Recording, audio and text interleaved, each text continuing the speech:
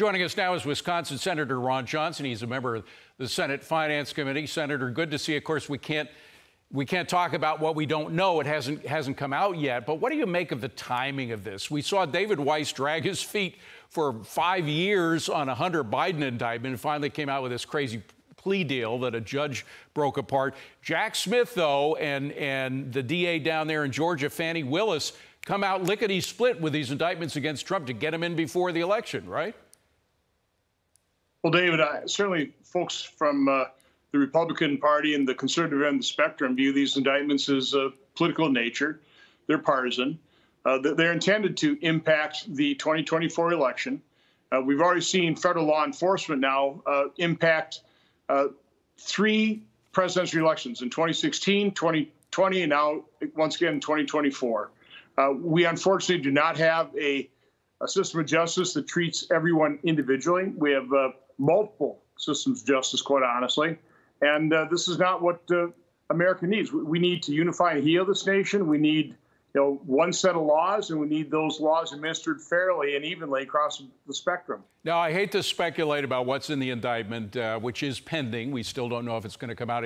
But one thing that's clear is they're going to focus on that phone call. Do you think the president has said it was a perfect phone call? Of course, he said the same thing about the Ukrainian phone call, and turned out a lot of information he talked about in that phone call turned out to be right from what we're seeing with the Hunter Biden investigation.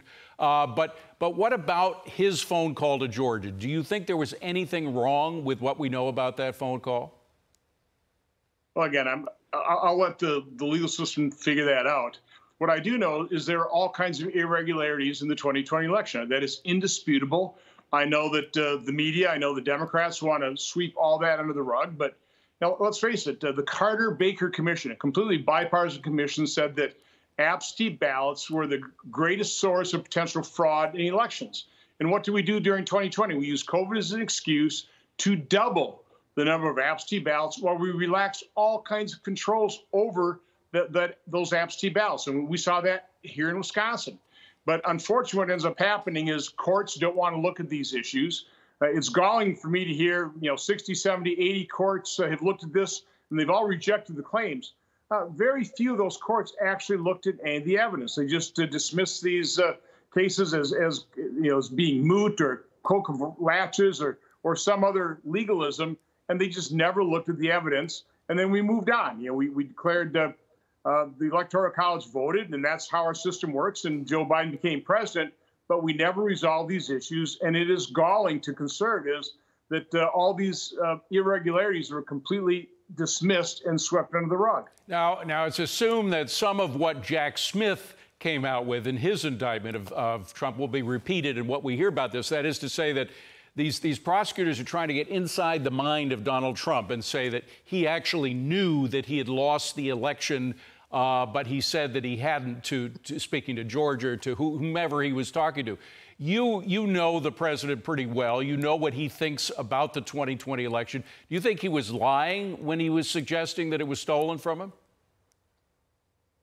Again, we saw all the irregularities, observers who couldn't observe, a doubling of absentee ballots, all kinds of controls relaxed over our election system in so many states. Again, there were real problems, but the news media and Democrats simply won't acknowledge that.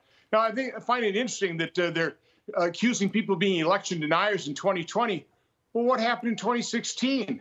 You had the entire Democrat Party deny the legitimacy of that election. They were election deniers as well. Are we going to prosecute Kamala Harris, for example, for suggesting people donate to the bail funds of the rioters in Minneapolis?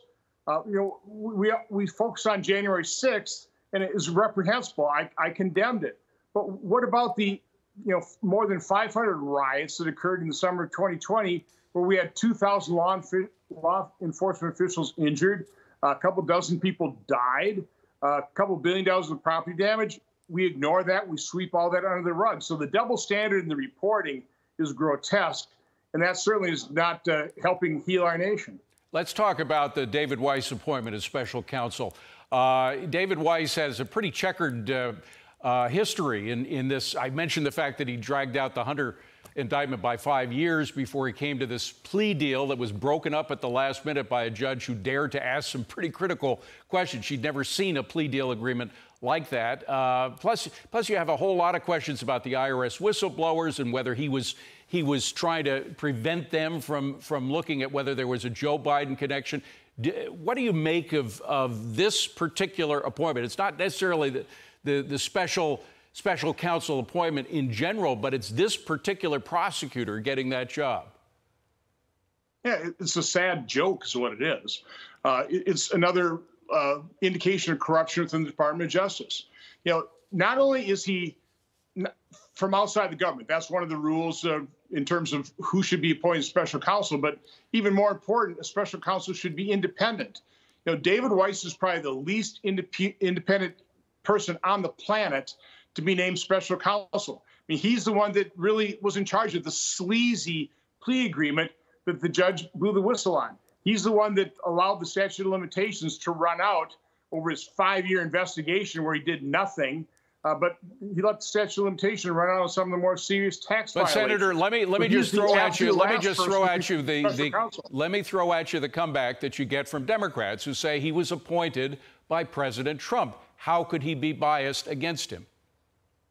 Well, first of all, he was nominated by 2 Democrat senators coming out of the basically Delaware political machine that has been run by Joe Biden for decades. So, yeah, he was eventually nominated by Trump, but he was recommended and nominated by 2 Democrat senators. So, I mean, that whole canard is, appointed by Trump. It's just the way the process works. He sprang out of the Delaware system, and he has not proven himself to be independent. Well, very quickly, as you well know, there are congressional committees now that are looking into the whole Hunter Biden family involvement in business deals in which Vice President Biden had a critical policy role to play. What happens with, for example, the pending cross-examination of David Weiss by those committees? Is that now gone? I think that's probably one of the reasons that Merrick Garland decided to appoint him special counsel, to try and insulate both of them. Let's face it, their stories contradict each other. One of those 2 individuals is lying. This will be more difficult to find out whether it's Merrick Garland or David Weiss is lying. And it's going to make it very difficult for House investigators to get the kind of information they're going to want to investigate the corruption of this investigation. Well, I was going to ask, could it make it impossible to continue to get bank accounts and information concerning those shell corporations that the Biden family was using? It might. Certainly, they're not going to get information out of the Department of Justice and out of the FBI. That is always the excuse they use. You know, we have the same problem Senator Grassley and I did when John Durham had his investigation. Can't turn over that information. We have an active investigation. That is how the Department of Justice and the FBI insulates themselves from congressional oversight and public scrutiny. They're expert at it. Very quickly, I want to switch gears because the FDA, which has talked about checker records during the pandemic, they are now trying to back out of their condemnation of ivermectin as a drug that could be used for people suffering from COVID. They're suggesting that they never prevented it from being used. And those doctors who are trying to sue the FDA from dissuading them from using ivermectin, those doctors are saying, no way. They were firmly against it, and they preached that on their websites and in a whole lot of other areas. What do you make of this?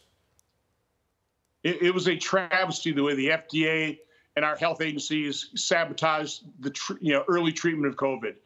The doctors I've been working with for 2 or 3 years, people had the courage and compassion to successfully treat COVID patients using these widely available, safe, generic drugs. Say we probably lost a couple 100,000 Americans that died needlessly, lacking early treatment. It's a travesty that the FDA sabotaged, for example, doctors' off-label prescription rights. FDA should not be in the business of practicing medicine or telling doctors how to practice medicine. They approve drugs. Once they've approved a drug, it's up to the doctors to decide how to use that drug. And they interfered in that. And I believe those doctors, that probably hundreds of thousands of people, needlessly lost their lives lacking early treatment. Senator Ron Johnson, thank you very much for coming in, Senator. Appreciate it.